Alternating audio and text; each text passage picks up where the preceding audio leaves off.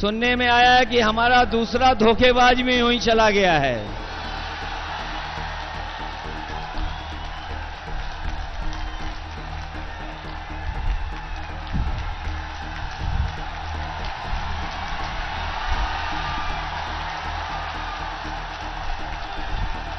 Party को अपनी मां कहा और उस मां को बदलने का काम किया। ऐसे गद्दारों को पार्टी में दोबारा सम्मिलित नहीं कराना चाहिए और पुनः इनके सीटों पे उपचुनाव होना चाहिए ताकि इनको भी समझ में आए कि जनता के विश्वास को ठगने वाले को जनता नहीं छोड़े। जो अभी अभी धोखेबाज गया उसकी एक बहुत अच्छी खासियत है कि वो जहां जाता है वहीं गड्ढा खोदता है। माफ करने की भावना तो हम गांधीवादी और समाजवादी लोगों में है, लेकिन गद्दारों को माफ नहीं किया जा सकता। समाजवादियों को धोखा दे करके अपने घर पर 2 नंबर वाले नेता को बुलाया था।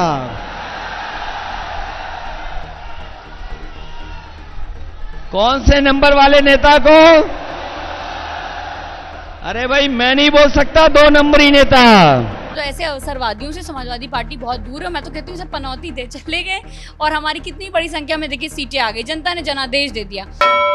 लोकसभा चुनाव के परिणाम आने के बाद तमाम ऐसी बातें हो रही हैं कि समाजवादी पार्टी के जो राष्ट्रीय अध्यक्ष हैं, जो बागी विधायक थे, जो छोड़ करके राज्यसभा के टाइम चले गए थे, उनकी वापसी होगी कि नहीं होगी।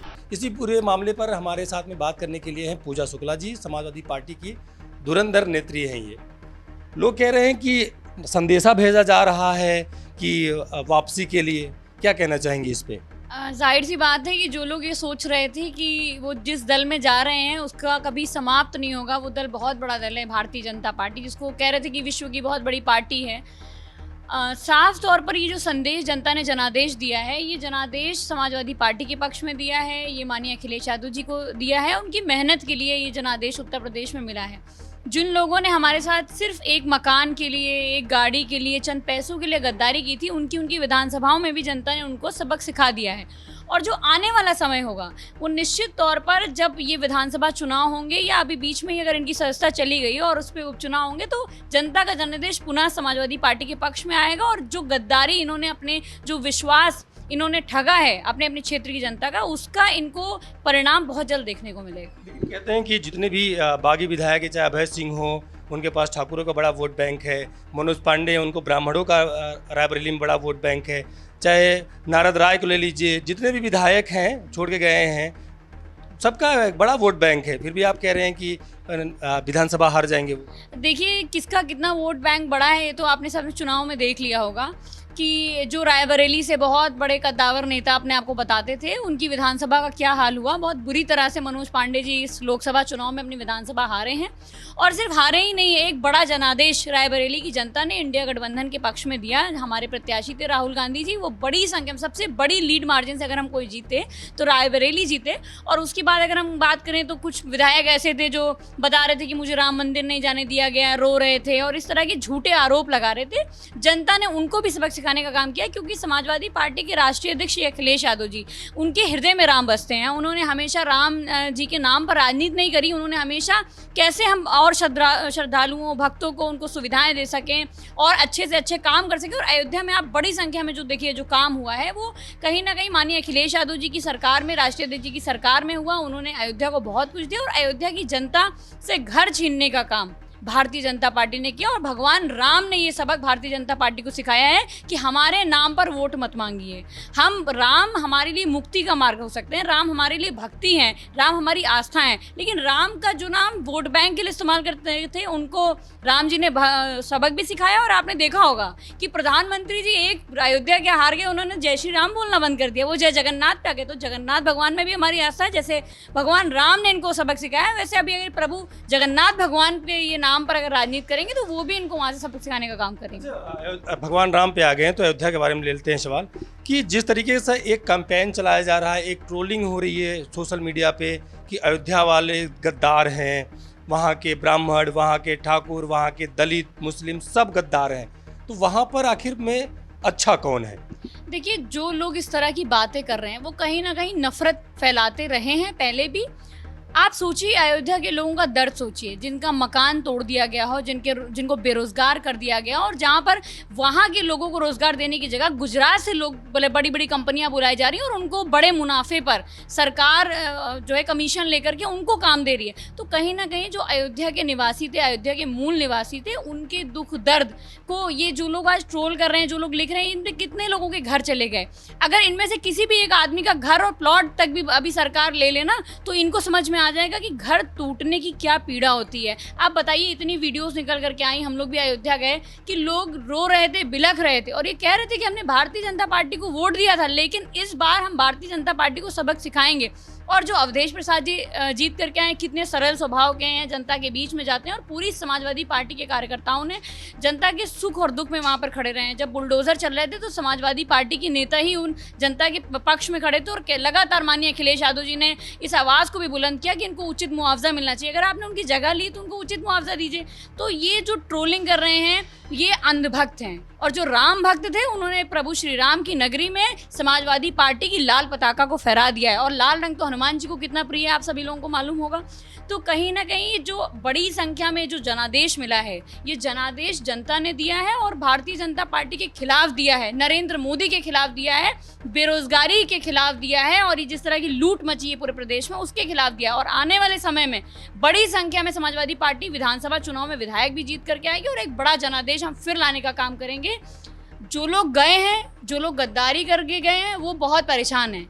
अभी प्रभु श्री राम के मंदिर में रो रहे थे और अब हमारे समाजवादी पार्टी कार्यालय के बाहर रो रहे हैं। वो चाहते हैं कि किसी तरह से उनको जगह दे दी जाए, लेकिन ये समाजवादी पार्टी ने स्पष्ट कर दिया है, ये हम कार्यकर्ताओं की मांग है अपने नेता से, कि ऐसे गद्दार लोगों, ऐसे मौका परस्त लोग जिन्होंने चंद पैसों के लिए जब समाजवादी पार्टी को अपनी माँ कहा और उस माँ को बदलने का काम किया, ऐसे गद्दारों को पार्टी में दोबारा सम्मिलित नहीं कराना चाहिए और पुनः इनकी सीटों पे उपचुनाव होना चाहिए, ताकि इनको भी समझ में आए कि जनता के विश्वास को ठगने वालों को जनता नहीं छोड़ती। मांग करती हैं कि जितने भी गए हैं उनकी सदस्यता रद्द होनी चाहिए। बिल्कुल रद्द होनी चाहिए। और सभी समाजवादी पार्टी के कार्यकर्ता, जब हमारा वक्त विपरीत था, जब हमारी परिस्थितियां हमारे पक्ष में नहीं थी, जब हमारे नेता को सबसे ज़्यादा अपने कार्यकर्ताओं नेताओं के विश्वास की ज़रूरत थी, तब इन्होंने जनता के विश्वास को भी ठगा, माननीय राष्ट्रीय अध्यक्ष जी के विश्वास को भी धोखा दिया।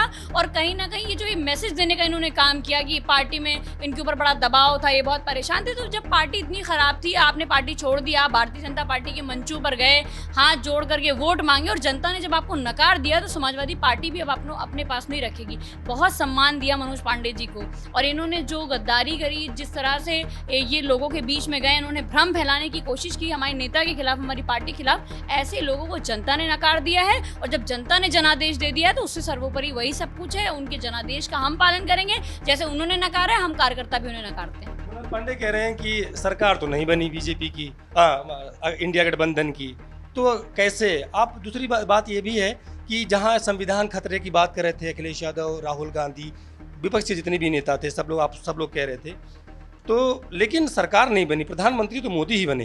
देखिए, ये जोड़ तोड़ की सरकार है। किस तरह से सरकार बनी है, कोई भी इनका जो इनके साथ गठबंधन दल है, कोई खुश नहीं है। किसी को उनके मुनाफिक उनको मंत्रालय नहीं मिला है, सारे लोग परेशान हैं। और ये जो अधर में लटकी हुई सरकार है, ना इसका कोई जनाधार है और ना ही इसका कोई आधार है। ये ज़बरदस्ती जबरन जो इन्होंने सरकार बनाई, बहुत दिन नहीं चलेगी। आप देखिए कि एक तरफ इंडिया गठबंधन है, जहाँ पर हमने उनको कहा कि ठीक है, अगर आप चाहते हैं अपना बहुमत सिद्ध करना चाहते हैं तो आप कर लीजिए अपना बहुमत सिद्ध। लेकिन आज जो रिपोर्ट आ रही है, आज जो लोगों के बयान आ रहे हैं, ये साफ तौर पर बताते हैं कि जनता ने जिस तरह से नकारा है, धीरे धीरे इनके गठबंधन के दल भी इनको नकार देंगे। क्योंकि टीडीपी की मानसिकता अलग है, टीडीपी अलग विचारधारा के साथ काम करती है। नीतीश कुमार कब पलट जाए ये किसी को नहीं पता। प्रधानमंत्री जी को भी पता है कि नीतीश कुमार का कोई भरोसा नहीं, और हम तो चाहते हैं कि एक बार देश के लिए नीतीश कुमार को पलट जाना चाहिए। रही बात संविधान की, तो देखिए, आप खुद सोचिए कि जो लोग पूरे लोकसभा चुनाव में इनके मुख्यमंत्री, इनके उप मुख्यमंत्री, इनके सांसद, विधायक संविधान को बदलने की बात करते थे, इंडिया गठबंधन ने, माननीय अखिलेश यादव जी ने, माननीय राहुल गांधी जी ने सत्ता में बैठे हुए घमंड करने वाले लोगों को सबक सिखा दिया और ये बता दिया कि जब तक इस देश में संविधान है, जब तक इस देश में लोकतंत्र है, आप जैसे तानाशाह की जगह नहीं है। और जो लोग बहुत बड़ी बड़ी 400 पार की बात करते थे वो 400 हार पे चले गए और आज इतना परेशान है कि इनके पास अपना बहुमत भी नहीं है। हम विचारधारा के लिए लड़ते थे। आप देखिए जो 16 विधायक लेके घूम रहे हैं, जो 12 विधायक लेके घूम रहे हैं, उनको देखिए। और एक हमारे नेता हैं अखिलेश यादव जी जो 37 सीटों पर अपने दम पे जीत के आए और 6 और अलायंस की जो हमारी सीटें। हमने कभी अपने विचारधारा से समझौता नहीं किया। हमने माननीय नेताजी की विचारधारा से समझौता नहीं किया। माननीय नेताजी, माननीय लोहिया जी समाजवाद को लेकर के आए और समाजवादी पार्टी के राष्ट्रीय अध्यक्ष, इतने बड़े नेता होने के बाद भी वो क्या चाहें तो क्या वो आज सरकार नहीं बना सकते? हम सरकार में नहीं जा सकते, लेकिन हम अवसरवादी लोग नहीं हैं। हम ऐसे मौका परस्त लोग नहीं हैं जो अपनी विचारधारा से कॉम्प्रोमाइज़ कर जाएं। बीजेपी के लोग चाहते हैं, लगातार चाहते हैं कि उनकी सरकार बने और भी उनका बहुमत आए, लेकिन जिस तरह का आज माहौल बना दिया गया है, आप देखिए ओम प्रकाश राजभर जी अपने बेटे की सीट नहीं जिता पाए, संजय निषाद जी, तो जनता ने सबक सिखाना शुरू कर दिया। और जो भी व्यक्ति इस तरह के कृत्य करेगा, जनता के विश्वास से समझौता करेगा, उसको जनता सबक सिखाएगी। और आज जो संविधान को बदलना चाहते थे, संविधान को सिर माथे पे लगा करके घूम रहे हैं। अच्छा, उत्तर प्रदेश में 37 सीटें समाजवादी पार्टी की आई। आज देश की तीसरे नंबर की सबसे बड़ी पार्टी है। ये तो लोकसभा में, विधानसभा में क्या तैयारी रहेगी? विधानसभा में लोग कह रहे हैं कि विधानसभा आने दो, फिर से योगी जी का यहाँ पर जय जयकार होगा। देखिए पीडीए हिट हो गया है और पीडीए की विचारधारा ही हमारी विचारधारा है। हम हर उस वर्ग और हर उस समाज के लोगों को साथ में लेकर के चलते हैं जिनका शोषण हुआ है, जिनके हक और अधिकारों को भारतीय जनता पार्टी की सरकार ने मारा है। आप देखिए क्या नीट के एग्जाम में क्या हुआ, बच्चों के भविष्य के साथ खिलवाड़ किया गया है। आप देखिए कि जो 69,000 शिक्षक भर्ती में क्या हुआ, बच्चों के भविष्य के साथ खिलवाड़ किया गया। 112 में क्या हुआ, हमारी तमाम बहनें जो सड़क पर रोज लाठी खा रही हैं, रोज डंडे खा रही हैं, वो तमाम वो छात्र नौजवान जो एक उम्मीद और आशा के साथ एग्जाम देने जाते हैं और उनको बाद में पता चलता है कि उनकी अब शिक्षा का भी निजीकरण, वो राजनीतिकरण हो चुका है कि अब ये पता चलेगा कि कहाँ पे चुनाव जीतना है, वहाँ के बच्चों को टॉप कराना है, कैसे टॉप कराना है। ये सरकारें अगर इस तरह की नीति निर्धारण करेंगी तो निश्चित तौर पर जो ये जनता में एक रोष है, व्यापक स्तर पर, बहुत बड़े स्तर पर लोग आज रोष प्रकट कर रहे हैं। भले ही सरकार इनकी बन गई हो, लेकिन वो सरकार बहुत दिन तक नहीं टिकेगी। और जिस दिन इंडिया अलायंस की सरकार बनेगी, लोगों के खातों में पैसा भी आएगा और रोजगार भी मिलेगा और बेरोजगारी दूर होगी। बीजेपी के लोग कह रहे हैं कि एनडीए गठबंधन जो है वो उसमें तो कोई चीज़, कोई समानता ही नहीं है, एक दूसरे से लोग अभी अलग भाग रहे हैं। बीजेपी एकदम समूचा और सबकी राजनीति करती है, सबको साथ लेके चलती है। देखिए ये तो सोच की बात है, ये तो समझदारी की बात है कि टीडीपी क्या चाहती है और उसे क्या मिला, और नीतीश जी की पार्टी क्या चाहती है, उसको क्या मिला। और आज अगर हम इंडिया अलायंस की बात करें तो हम विचारधारा के लिए लड़ रहे थे, हम सीटों के लिए नहीं लड़ रहे थे, हम देश का संविधान बचाने के लिए लड़ रहे थे, हम बेरोजगारी के खिलाफ लड़ रहे थे, हम जनता के जो हक और अधिकार हैं उसके लिए लड़ रहे थे, किसानों को उनकी फसल का उचित दाम मिले, महिलाओं को न्याय मिले, हम इसलिए लड़ रहे थे। बीजेपी सत्ता में आने के लिए लड़ रही थी और हम जनता के हित के लिए लड़ रहे थे। विचारधारा का अंतर है, वो चाहते हैं कि बस वो सत्ता में बने रहे, हम चाहते हैं कि जनता के हक और अधिकार बचे रहे, हम चाहते हैं संविधान बचा रहे। और निश्चित तौर पर जो इंडिया अलायंस है वो सबको एक साथ लेके चलता है। आप देखिए माननीय अखिलेश यादव जी, उनको पूरी स्वतंत्रता है, वो अपनी बात रखें। ममता बनर्जी जी अपनी बात रख रही हैं, तेजस्वी यादव जी बात रख रहे हैं, शरद पवार जी बोल रहे हैं, सबको अपनी अपनी समानता है बात रखने की। लेकिन अगर आप दूसरी तरफ एनडीए की घटक की बात करें तो कौन, अनुप्रिया पटेल जी कैसे अपनी सीट बचा पाई? आपको भी पता है कि मिर्जापुर में क्या स्थिति थी, एक बहुत व्यापक रोष उनके खिलाफ था।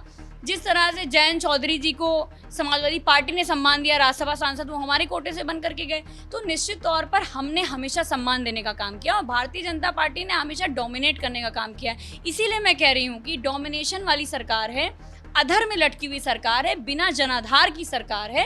और जो लोग 400 पार की बात करते थे, जनता ने उनको बहुमत भी नहीं दिया है। प्रधानमंत्री खुद अपनी सीट 1.5 लाख वोट से जीत पाए और वो भी कितनी मुश्किल से जीते हैं, कितने लंबे समय तक पीछे रहे, सभी को मालूम है।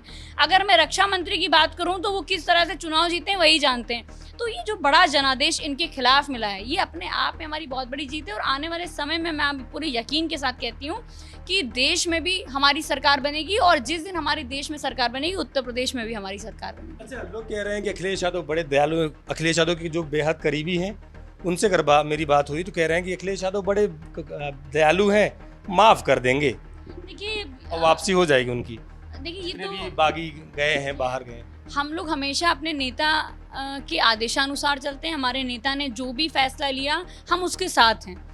और रही बात हमारे नेता, कोई भी नेता अगर वो बड़े हृदय का होगा, बड़ा नेता होगा, तो जाहिर सी बात है कि उसके स्वभाव में माफ़ी होगी ही। ये देश ही ऐसा है।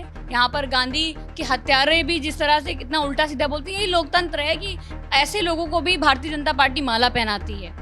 तो कहीं ना कहीं अगर सोचने की बात है तो माफ़ करने की भावना तो हम गांधीवादी और समाजवादी लोगों में है, लेकिन गद्दारों को माफ़ नहीं किया जा सकता। और माननीय अखिलेश यादव जी बखूबी जानते हैं कि जो जनता है उसने नकार दिया है, और जो लोग बुरी परिस्थिति में हमें छोड़ के गए उन्हें अच्छी परिस्थितियों में तो साथ में नहीं लाना चाहिए। तो बाकी तो हमारे नेता का फैसला, अगर उनको ले आएंगे, उनको साथ में रखेंगे, लेकिन जो सम्मान उनको मिलता था वो कभी समाजवादी पार्टी में उनको नहीं मिलेगा। उनको मुख्य सचेतक पद दिया गया, उनको बड़े बड़े पद दिए गए, मंत्रालय दिए गए, और जब बुरा समय आया, थोड़ा सा बुरा समय कुछ वक्त का, तो वो भाग गए। तो इसी से पता चलता है कि कौन समाजवादी था और कौन नहीं था। तो ऐसे अवसरवादियों से समाजवादी पार्टी बहुत दूर है। मैं तो कहती हूँ सब पनौती थे, चले गए, और हमारी कितनी बड़ी संख्या में देखिए सीटें आ गई, जनता ने जनादेश दे दिया। उन जगहों पे हम लोगों ने समाजवादी पार्टी का झंडा फहराया जहाँ पर कितने सालों से हमारी सीटें नहीं निकली, हमारे सांसद लगातार लड़ते रहे, हारते रहे, लेकिन जनता ने जनादेश दिया। जनता ने समझा कि अखिलेश यादव जी वो चेहरा हैं जो लगातार भारतीय जनता पार्टी से लड़ रहे हैं, और ऐसे लोग जो उनके साथ गद्दारी कर रहे हैं उनको भी सबक सिखाने का काम जनता ने किया। हमारे नेता ने तो सब कुछ जनता पे छोड़ दिया था। जो लोग फ्लैट बंगला ले रहे थे अब उसी फ्लैट और बंगले में रहे, और विधायकी भी बहुत दिन की उनकी है नहीं। अगर उनकी सदस्यता चली गई तो जब उपचुनाव होगा तो निश्चित तौर पर फिर समाजवादी पार्टी जीत के आएगी। अच्छा, अब उत्तर प्रदेश कौन संभालेगा? अखिलेश यादव तो भाई आप कह रहे हैं करहल से इस्तीफा दे देंगे, लगभग तय हो गया है, वो दिल्ली चले जाएंगे। डिम्पल जी वहाँ पर है ही हैं, धर्मेंद्र भी चले गए वहाँ पे।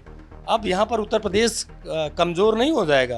कौन संभालेगा यहाँ? बिल्कुल उत्तर प्रदेश कमज़ोर नहीं होगा। यहाँ पर एक से एक हमारे कद्दावर नेता हैं जो लगातार संघर्ष करते रहे। और रही बात कि कौन संभालेगा, किस तरह से उत्तर प्रदेश में कौन नेता विरोधी दल होगा, तो वो सारी पार्टी तय करेगी। वो जो हमारे प्रमुख नेतागण हैं वो तय करेंगे, विधायकगण तय करेंगे कि कौन उनकी लीडरशिप कर सकता है। तो ये तो अभी जब मीटिंग होगी उसके बाद ही तय हो सकता है, उससे पहले इस पर कुछ कहना बहुत कठिन है। लेकिन हमारे पास मजबूत नेता हैं जो भारतीय जनता पार्टी को मुंह तोड़ जवाब सदन में देते रहेंगे। तो ये पूजा शुक्ला है, इनका साफ तौर पे कहना है कि जो विधायक चले गए थे छोड़ करके, अब उनकी वापसी लगभग नहीं होगी।